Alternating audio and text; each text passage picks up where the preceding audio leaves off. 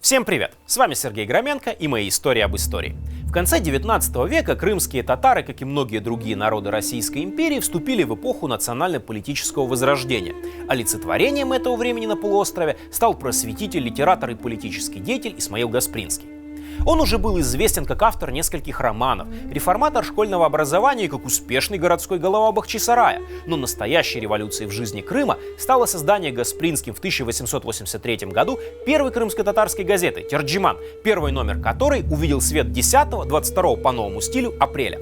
Гаспринский писал: «Выпуская нашу газету, мы хотим заявить нашим читателям, что Терджиман постарается главным образом, с одной стороны, давать нужные и полезные для культурной жизни знания, с другой – знакомить русское общество с нашими национальными нуждами. Наша дорога тяжела и трудна, поэтому мы принялись за дело во имя Господне и взялись за перо в интересах правды и науки». С момента своего рождения до 1905 года в каждом номере Терджимана половина полос была на крымско-татарском языке, половина на русском, причем содержание материалов дублировалось. Потом крымско-татарский язык стал в газете основным. Толщина газеты была невелика, от 4 до 6 полос, зато выходила она регулярно. Первые 20 лет раз в неделю, затем 2-3 раза, а в последние 5 лет своего существования Терджиман стал ежедневным.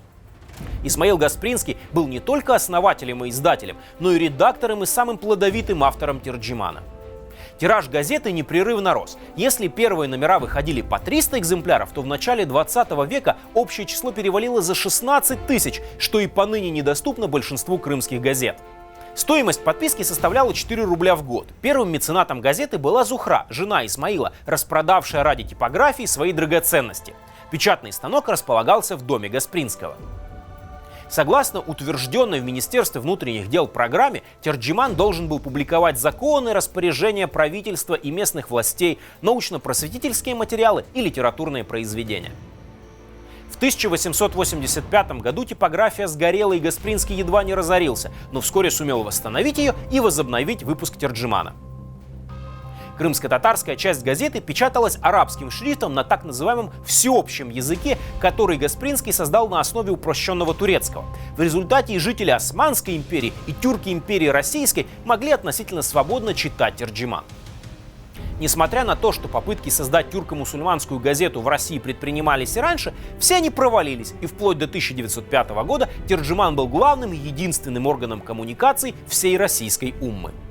Кроме серьезных статей и высокой литературы, находилось на страницах Терджимана место анекдотам и стихам и, конечно, объявлениям, которые и 100 лет назад двигали торговлю и позволяли газете жить дальше.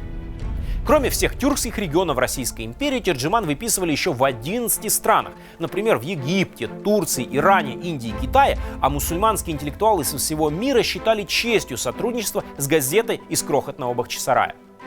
Кроме внутренних проблем крымских татар и российских мусульман, газета освещала и международные события, например, русско-японскую войну 1904-1905 годов, а последовавшей первой русской революции Терджиман стал образцом для всех мусульманских изданий страны. До 1917 года редактора и сотрудники газеты выполняли функции профессиональных политиков.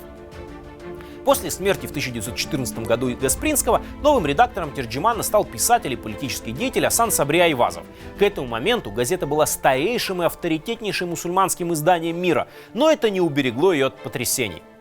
После того, как в начале 1918 года большевики захватили власть в Крыму, по полуострову прокатилась первая волна красного террора. 23 февраля был убит лидер крымско-татарского национального движения и муфтий Наман Челебиджихан. И этот день стал последним для газеты. Спасая редакцию от репрессий, Шефика, дочь Исмаила Гаспринского, поставила точку в 35-летней истории Терджимана.